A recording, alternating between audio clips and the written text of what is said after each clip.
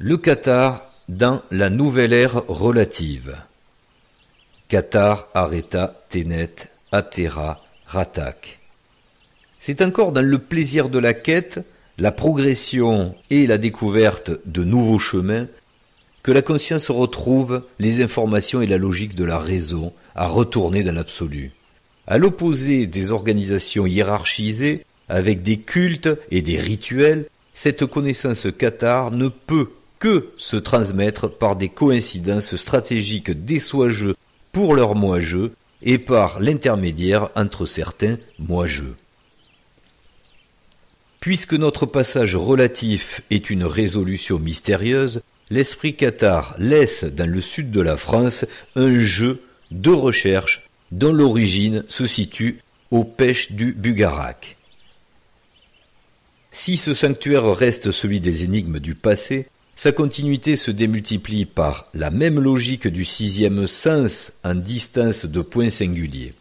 Comme exposé au début de cet ouvrage, il existe 3 points de référence thématiques pour raisonner avec les carrés Qatar de ces lieux, faisant écho à bien d'autres carrés discrètement scellés, précisément arpentés.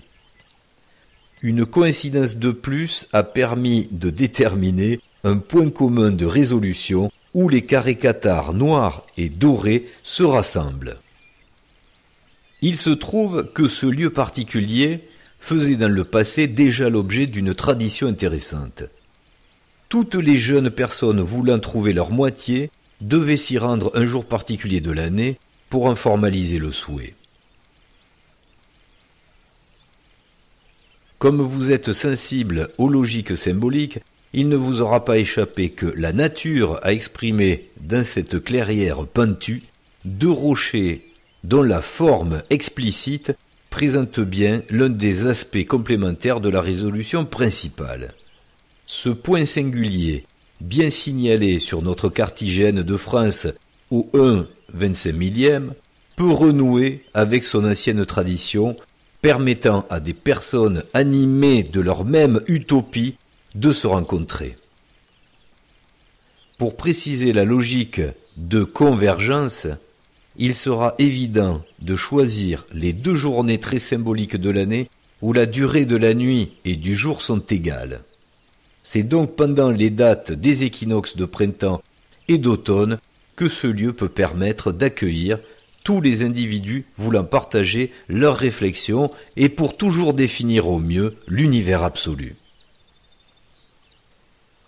Que ce soit en commun ou personnellement, préciser l'univers absolu dans le respect du cadre est essentiel.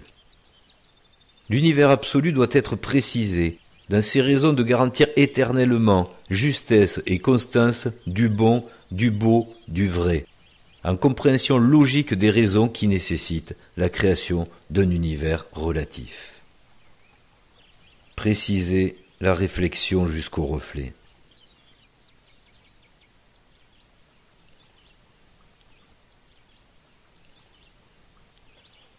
Pour tous les amoureux, désireux de retrouver une vie parfaite éternelle avec leur moitié et leurs semblables, voilà ou pas la fin de ce présent et précieux ouvrage qui vous est offert puisqu'il ne peut être vendu. Vous êtes libre de choisir d'utiliser ou pas la compréhension des sens de la magie du carré Qatar. Qatar, Areta, Tenet, Atera, Ratak, ou pas.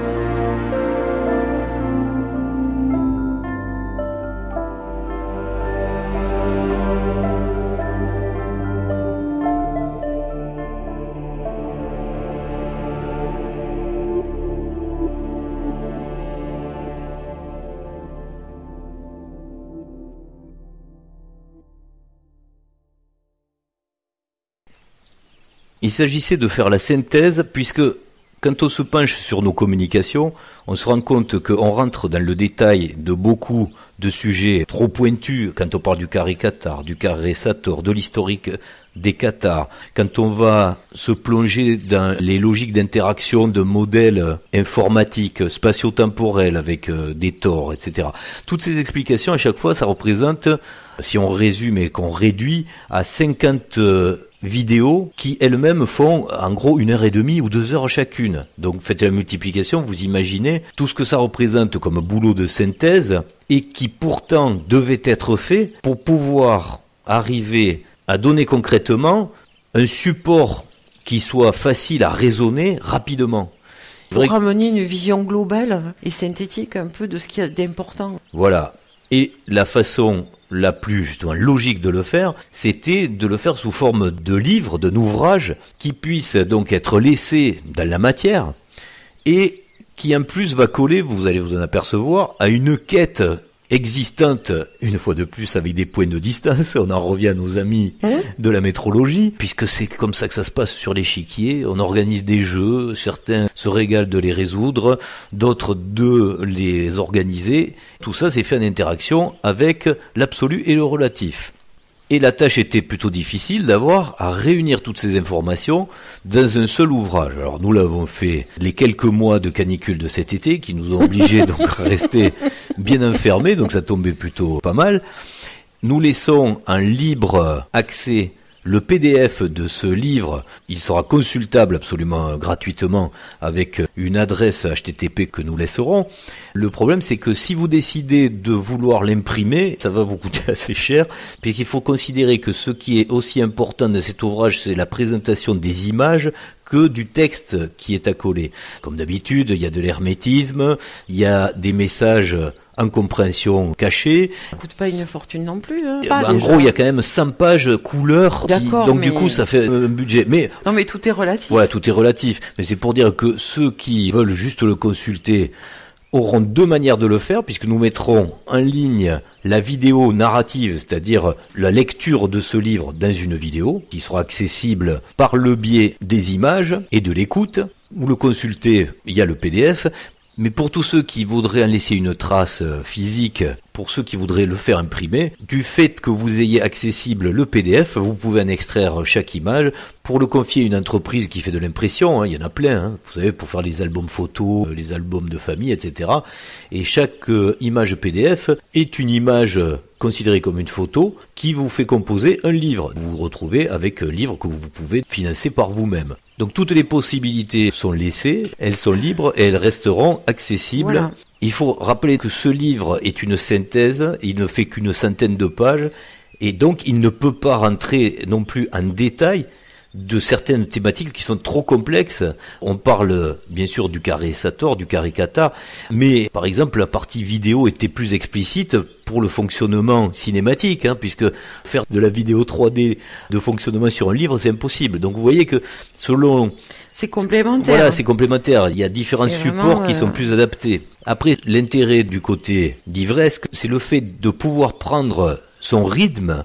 Lorsque vous regardez une vidéo, on n'est pas forcément habitué à arrêter, revenir en arrière, etc. Lorsqu'on lit un livre, on a toujours ce réflexe, lorsqu'on n'a pas forcément compris une phrase, de la relire, tout simplement. C'est très facile de revenir en arrière.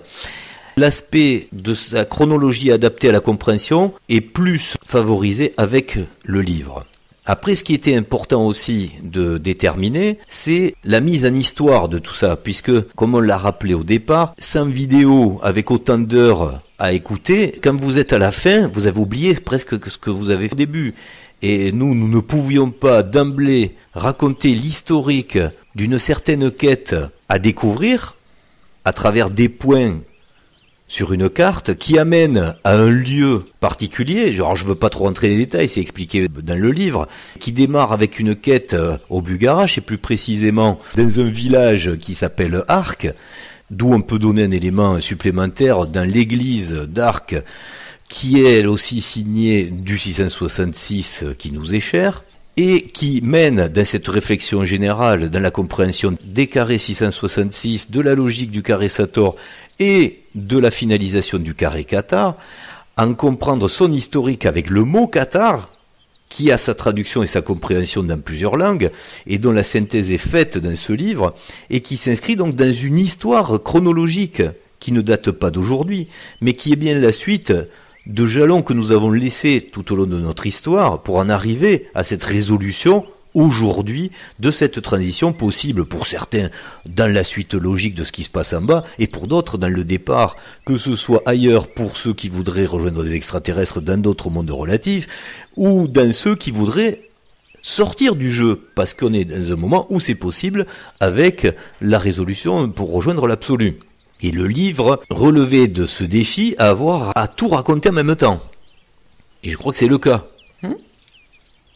Il y aura donc dans ce livre, dans cet ouvrage, plus qu'une synthèse des compréhensions et des raisonnements à avoir, cette réflexion propre à revenir vers l'absolu, avec des supports intelligibles qu'on a mis dans l'explication de ce qui est métaphysique dans la physique, il y a aussi cette espèce de quête qui restera par rapport à l'amour porté entre les deux moitiés, qui se matérialise par une quête bien terrestre et qui va au-delà de la mystique qui a été déclenchée par ce lieu hautement symbolique de la région du Razès, qui mettait pas forcément l'accent sur la résolution du féminin et du masculin, puisque là on le rattache à des choses religieuses jusque-là, mais il faut bien qu'il prenne sa dimension personnelle et individuelle. Et là, nous avons essayé justement de transmettre ce qui nous a été transmis, puisque c'est pas nous qui l'avons inventé, vous comprenez pourquoi, puisque ça se matérialise dans deux éléments naturels, dans un paysage, et ça existe vraiment, puisque c'est pas nous qui l'avons sculpté. Voilà, donc si vous voulez en savoir plus, courant 2025 très rapidement, vous aurez la version du narratif de cet ouvrage qui vous sera proposé absolument gracieusement.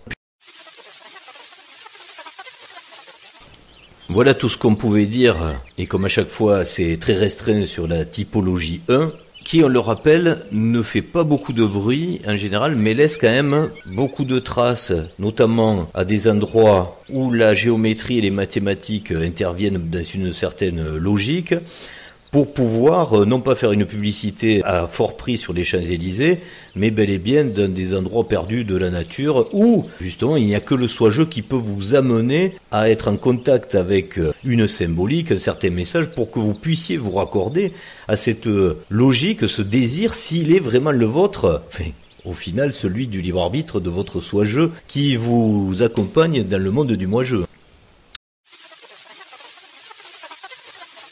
C'est parce qu'on a sur ce tableau tous ces éléments et que les pièces du puzzle reprennent leur place qu'on peut comprendre cette cohérence d'un millefeuille très complexe lorsqu'on le prend feuille par feuille, mais qui prend son sens complet lorsqu'une conscience a la capacité de pouvoir compiler toutes ces informations. Et ça, c'est quand même pas évident. Et là, vous comprendrez que l'énigme du carré Cathare, qui est la même technique que l'explication du carré Sator ou la résolution du 666, nous permet, grâce à la voile, de partir, mais tout en laissant quand même des indices sur ceux qui vont devoir résoudre à travers des éléments divers et variés de ce puzzle, et notamment des éléments géologiques, avec, par exemple, ce dernier élément que nous avons laissé dans les vidéos qui permet, à travers des carrés Cathare et des distances une fois de plus, qui dépendent de 666, d'arriver à un lieu de fusion du logiciel féminin et du logiciel masculin, d'arriver dans une clairière incroyable où sont matérialisés avec des rochers les deux éléments, on va dire, orgasmiques de la fusion de l'homme et de la femme. Et c'est par tous ces éléments de compréhension, dont le dernier qui fait appel à la question sensationnelle ultime, que le désir, puisqu'il y a toujours une affaire de désir à résoudre et à retrouver sa moitié, nous conduit finalement à revenir dans le cadre de l'Arcadie. La boucle est bouclée.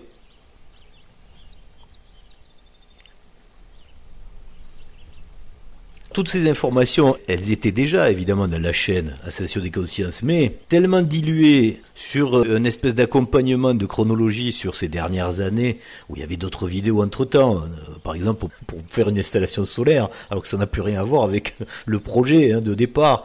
Là on parle bien de choses relatives, on a beaucoup parlé de politique aussi, de sociologie, de l'ontologie à travers l'anthropologie. Oui, mais c'était un peu logique de situer le propos dans le monde relatif où on est. Exactement. C'était une période, là on n'est plus sur cette période-là. Puisque nous finissions notre boucle, notre grand périple terrestre de la grande aventure de l'univers relatif, avec notre retour en Arcadie, il fallait quand même saluer notre passage à Arcas, puisque c'est vraiment lui qui permet de faire le raccourci entre Arcas et l'Arcadie quand même.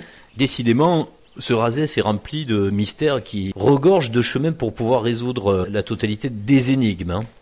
Comme il aurait été quand même assez incohérent d'avoir à mettre à la suite de ces vidéos déjà passées, les nouvelles qui proposent de remettre de l'ordre, de refaire une synthèse beaucoup plus claire, il nous a paru plutôt logique d'avoir en créé une deuxième, puisque celle-ci servira encore à faire des vidéos d'information en vue de l'apocalypse. Et qu'il parut tout à fait naturel de reprendre ce qui nous était de droit, à savoir cette maxime mystérieuse qui au final, quand on la comprend, ne l'est plus trop, et in Arcadia ego, quand nous avons tous plus ou moins compris que nous sommes aussi en Arcadie. Et cette chaîne qui sera nommée de cette phrase de résolution va comporter un plan que nous allons présenter pour pouvoir remettre, comme on disait, les choses dans l'ordre, et c'est là qu'il a été plutôt utile de réaliser le livre Le Carré Cathare, puisque c'est grâce à lui que nous avions cette espèce de plan, une structure de compréhension pour apporter une chronologie logique de présentation. Et là, cette fois, nous sommes dans l'étape suivante, celle de prendre en support le livre, qui lui avait cette cohérence de ce scénario, pour pouvoir revenir dans les détails, puisque le livre, lui, ne permet pas d'avoir, comme dans certaines vidéos, des développements ou des animations, etc., qui sont beaucoup plus précises. Donc nous nous sommes servis du livre Le Carré Cathare, qui faisait une synthèse sommaire, mais très précieuse, pour pouvoir le reprendre sur cette chaîne Et in Arcadia ego, et là nous sommes partis à l'inverse de Ascension des consciences, où nous avons terminé avec l'explication du tableau de Nicolas Poussin des bergers d'Arcadie. Là, nous sommes partis de l'explication des bergers d'Arcadie, expliqué avec beaucoup plus d'animation que ce que nous l'avions fait, le décodage et la logique qui ont été inscrits dans les bergers d'Arcadie devant ce tombeau. Tout ça pour dire que il faut relativiser tout ce qui est peur de ce qui peut se passer en catastrophisme. On le rappelle, enfin l'apocalypse, c'est pas enfin la catastrophe, c'est enfin la révélation. Donc à chacun de trouver sa révélation dans la typologie qui lui convient. Et à se révéler lui-même. Voilà, et du coup, si vous avez la typologie libératrice, seul ou à deux, revenir à ce qui est le but du jeu, c'est le réveil côté absolu. C'est ce que nous souhaitons à chacun, de poursuivre son parcours dans n'importe quelle typologie que la chronologie du soi-je lui est attribuée, de progresser, de garder la raison. Si ça peut vous aider, utilisez les miroirs de chaque côté pour bien comprendre où mener la réflexion, et nous vous la souhaitons très profonde et radicale. À bientôt. À bientôt.